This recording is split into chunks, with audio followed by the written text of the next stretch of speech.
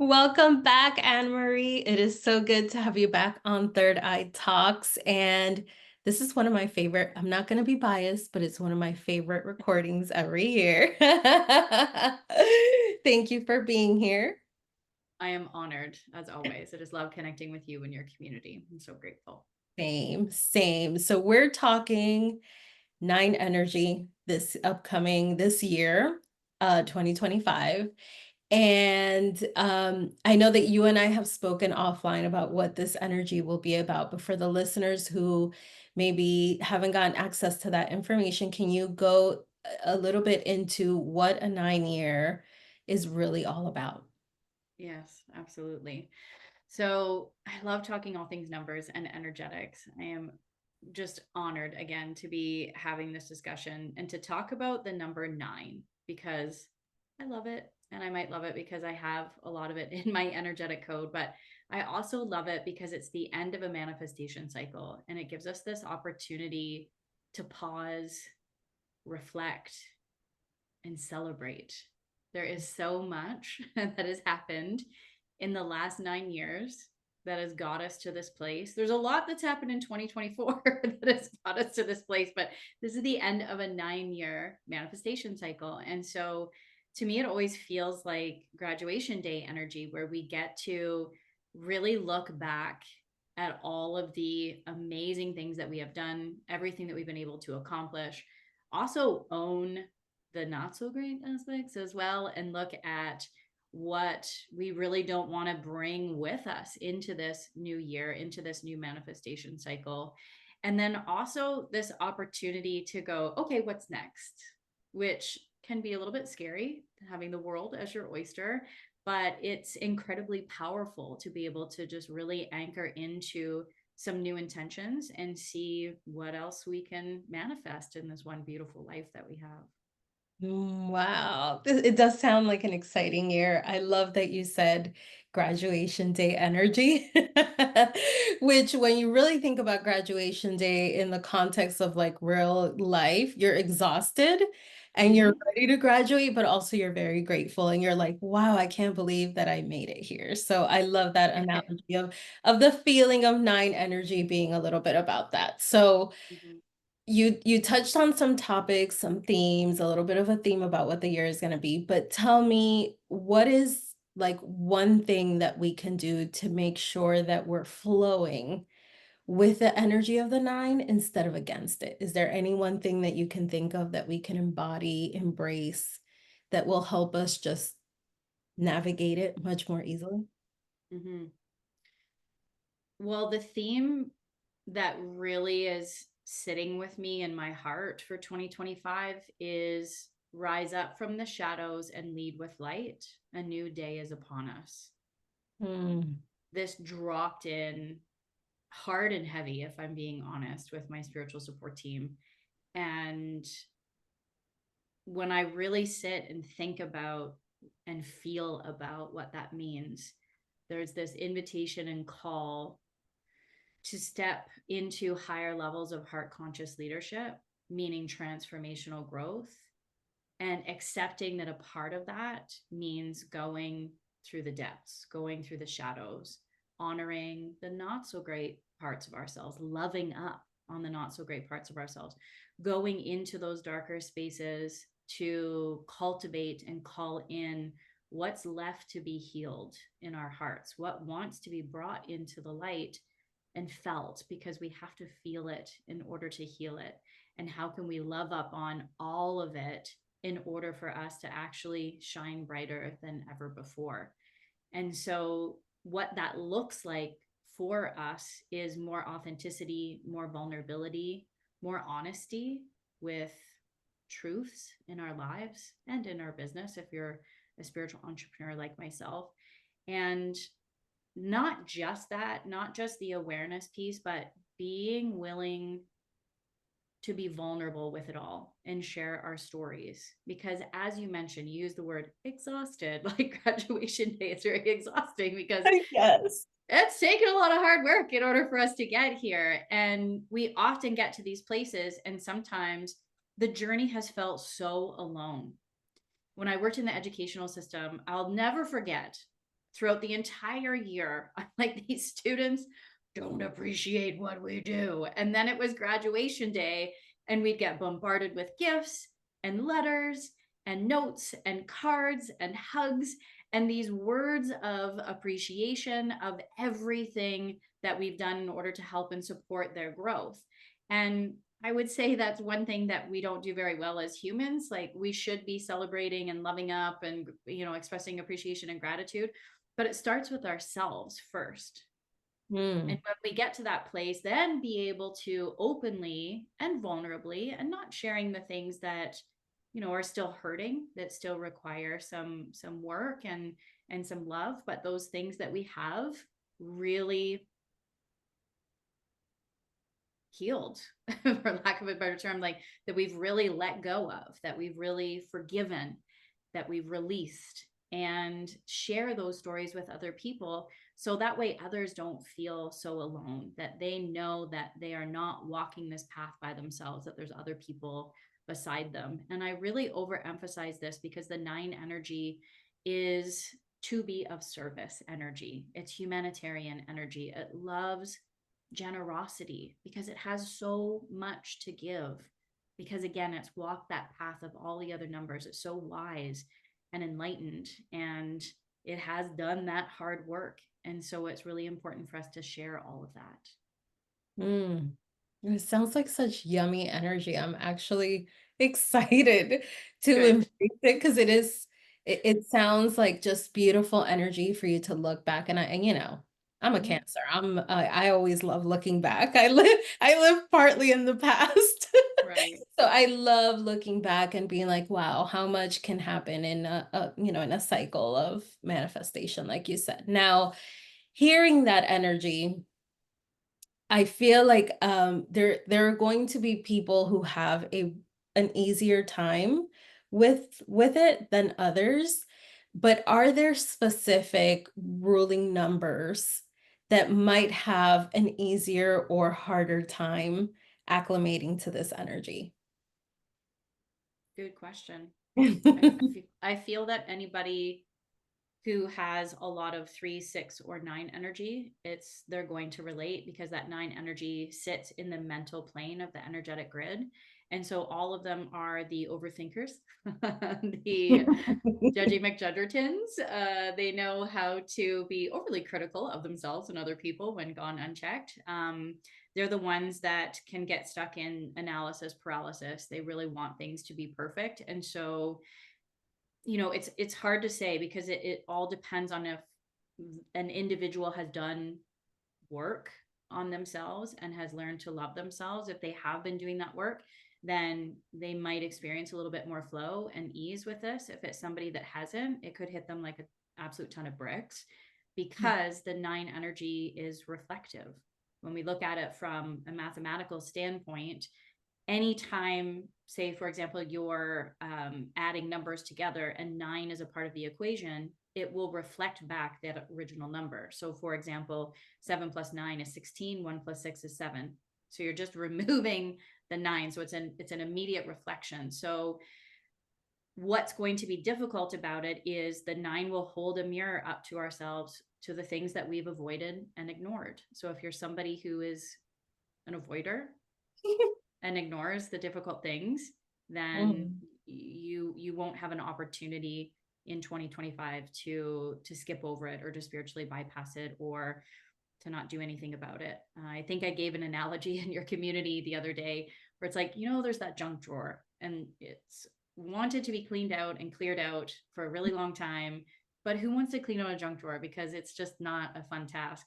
But if you keep ignoring that task, one day your kid's going to open that drawer, rip it right out of its folder, and everything that junk drawer is going to spill out. And whether you like it or not, you're going to have to declutter and reorganize that junk drawer and put it back in. And so that's what 2025 can hold for some people. I feel that I really want to look at, like, okay, let's say the 2, 4, 6, 8. I can't even say that without the next line being, who do we appreciate? That's how my brain works. and maybe that's for a reason, where like if you carry a lot of 2, 6, 2, 4, 6, 8 energy, then the mirror that's going to be held up for you in 2025 is, who do you appreciate? Who do Mm, you really appreciate? And this relates back to 2025 will have a lot to do with relationships in our life. mm, Will remind us of who we are really grateful for those people that adjust our crown, and mm, also remind us of the people that are trying to take our crown away from us or take it off or knock it off. So the toxic, unhealthy relationships will definitely be brought to light.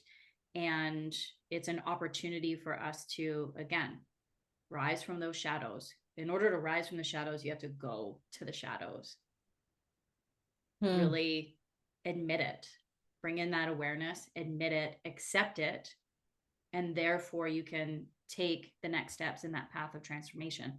And sometimes what that looks like is having extremely difficult conversations that are often long overdue, that are really hard, but can come to this beautiful, brilliant place. I'm doing a lot of that with my family right now in terms of our generational and ancestral healing. And it's not easy, but it's oh so worth it in the end. And sometimes what it means is letting people go, setting those beautiful, healthy boundaries. The nine energy wants us to protect our energy.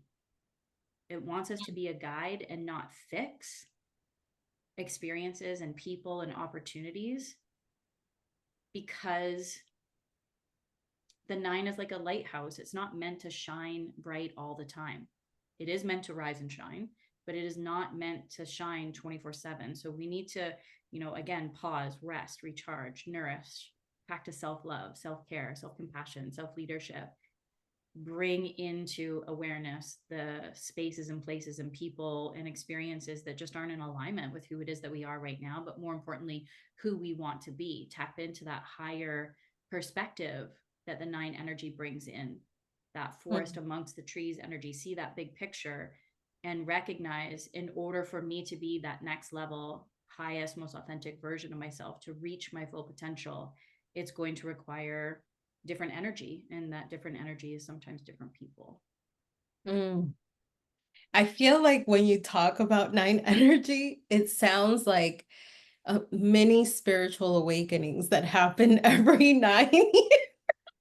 Yes. Because you just mentioned like the quintessential energy of spiritual awakenings, right? Like isolation, reviewing relationships, letting go of those who are no longer in alignment with you, kind of having the reality, looking at the reality of your life or being exposed to the reality of situations. So I'm like, oh dang, this is like Mm-hmm. this Yes. is a mini spiritual awakening year, like, every 9 years, I should say. It's not like, it's Yes. 2025, but every 9 years we get that opportunity. So Mm-hmm. that Mm-hmm. that brings me to my next question, which is, when you look back, the last nine energy year was 2016, right? That was the most recent 9 year. Sh- Is it okay for us to look back at that year as an indication of maybe the sort of energy or how the nine energy will affect us on a personal level? Because I can tell you 2016 was a mini spiritual awakening for me. And as it happens, then 2017 became a new year, like new Mm-hmm. stuff, new place, new opportunities, symbolizing that one energy, right? So Yes. can we look back and ask ourselves, like, what was 2016 like? Or is that a dangerous game to play? The answer is both. Yes, you can. And yes, it's dangerous, but it's also enlightening as well, because we get this opportunity to look back and recognize, again, the difficulties and maybe the hardships that we were going through, but how far we've come. Mhm. And it can be a precursor or a heads up to what 2025 is going to be like for us, but we're not that same person. That's what I want to overemphasize, is that we are not the same person that we were in 2016. So that death that we experienced in 2016, whether we liked it or not, whether we had control of it or not, it's going to be a different experience in 2025, because we are a very different person. Hopefully we have, stepped into higher levels of self leadership. hopefully we've chosen to transform and grow and choose to be that person that we came here to be. Hopefully we've become aware of what our purpose is, and who we want to love in this lifetime and who we want to love us back in this lifetime. And so again, we're not in that same place, so it will be very similar. If it's too difficult to look back to 2016, look back to October 2024. That was a 9 energy year. Even September is the 9th month, and that 9 energy with that 1 energy of October, it can feel like that death rebirth cycle. And so that's a really good indicator as well. I love that. So, and I agree with you. I mean, I think we're going to experience similar-ish energy, but we're not the same people. Because I mean, come on, 2016 feels like an entirely other place in our history, like pre-COVID. What even is that? We don't even, I don't even remember what 2016 was. But we've talked a lot about how the energy of the year is going to impact us maybe on an individual level, but I'm interested in hearing from you, because I feel like you work with this energy a lot too, how you think it's going to impact us collectively, like being in this ultra dense existence, as you called it the other day, this dense place. How do you think it's going to affect us on a collective energy level? Well, very similarly, a lot of things are going to die. A lot of things are no longer going to exist. Like our way of life and our way of thinking and our way of feeling is changing again, whether we like it or not. We can choose to be a part of the change, or we can choose to be taken down by the change. And I think politics is a really good example of that. I don't want to talk about politics and I don't love it, but I think, just saying We that don't do word that here, alone. AnnMarie. Yeah. But you know what I mean? Like just saying that No. word, it gives people an opportunity to recognize how that landscape has already changed. Yeah. And remembering that Star Wars doesn't exist without Darth Vader. Harry Potter doesn't exist without he who should not be named. Right? Yes. those stories wouldn't exist, those heroes, the opportunities to rise from the shadows and lead with light wouldn't have taken place if it wasn't for Voldemort or Darth Vader. Yeah. And I think that's really important for us to remember on a collective level, again, that this 9 energy is going to be a reflection for us to really truly look at our values and to look at our heart compass, our GPS, our North Star. Like, what are we anchoring into?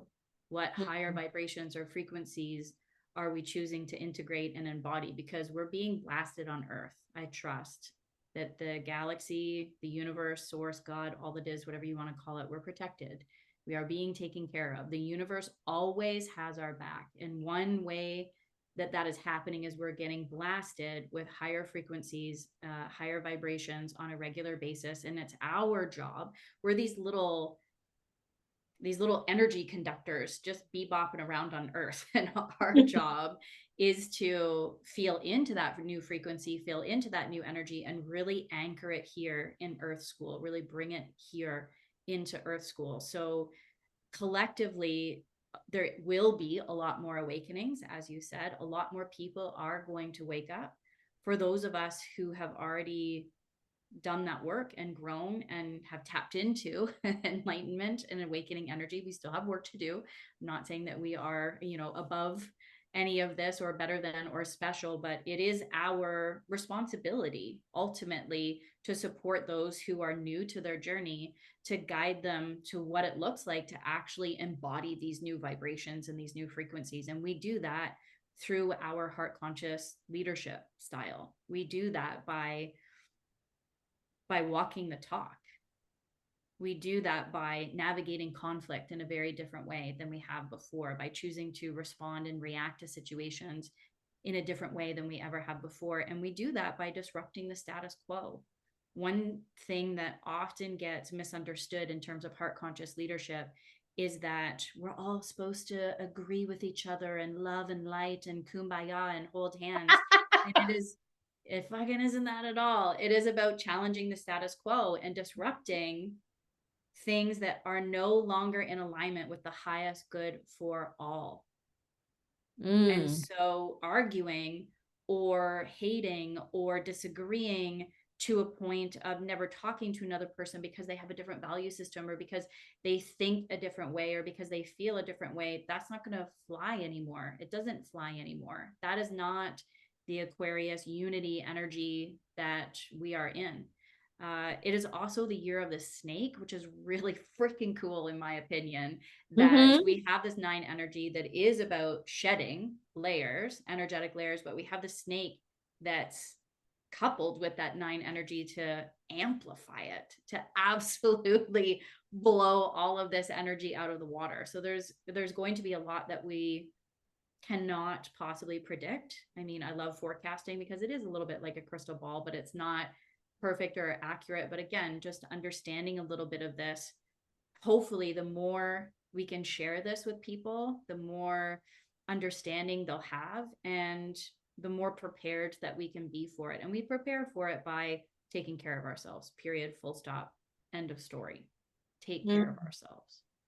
Ooh, oh my goodness. I got goosebumps in the middle of that because yes, yes, yes, yes to that. I could not agree more with you about the fact that we're just moving in a different direction. And either I called it in the season 3 finale, I called it like don't be blockbuster video. Like don't get stuck in the past. Don't get stuck, not embracing Netflix, right? We all know the blockbuster Netflix story. Don't Yes. don't be blockbuster. Like move Yeah. into the future and allow yourself to understand that maybe you can't see it or visualize it, but it's gonna happen. And you want to move with it rather than resist it and try to hold on and anchor in. Because you're right, Aquarius energy is not it's not Capricorn energy, right? Aquarius is like, move over. I can bring the robots and my and You're my either in or you're in my fucking way. Like that is very exactly. Aquarius, right? Exactly. So I could not agree with you more and honestly got goosebumps in the middle of that. But you always do that to me. And that's why I appreciate having you here. You always come in with a raw, honest, opinion and with the information that we need to navigate the year. So I am so happy that you came on to talk to us about what 2025 is going to be about. And I just want everyone to have access to you. You know that. So tell us, where do we support you? Where do we go find you? How do we get access to the world of AnnMarie McKenzie? Thank you so much. I love to play on Instagram. If Mhm. people want to hang out with me in that space, I'm AnnMarie McKenzie 13. Please do follow me. Send me a DM if you're interested in learning how to plan with the energetics, really understand them, and step into a more soulful strategy that's going to align with your own personal energy and that of the collective. Just send me a DM with the word soul plan, and I'll hook you up with a lot of juicy, amazing things. And of course, you can head to AnnMarieMcKenzie.com to find all the ways that you can work with me. And I'm a smart businesswoman, so I purchased all the incorrect ways to spell my name, and it will take you to my website. I love it. Well, AnnMarie, thank you so much for joining us on Third Eye Talks and being our guest and giving us all this guidance today. Appreciate you from the bottom of my heart. And to my listeners, I will see you next time on Third Eye Talks. Bye-bye.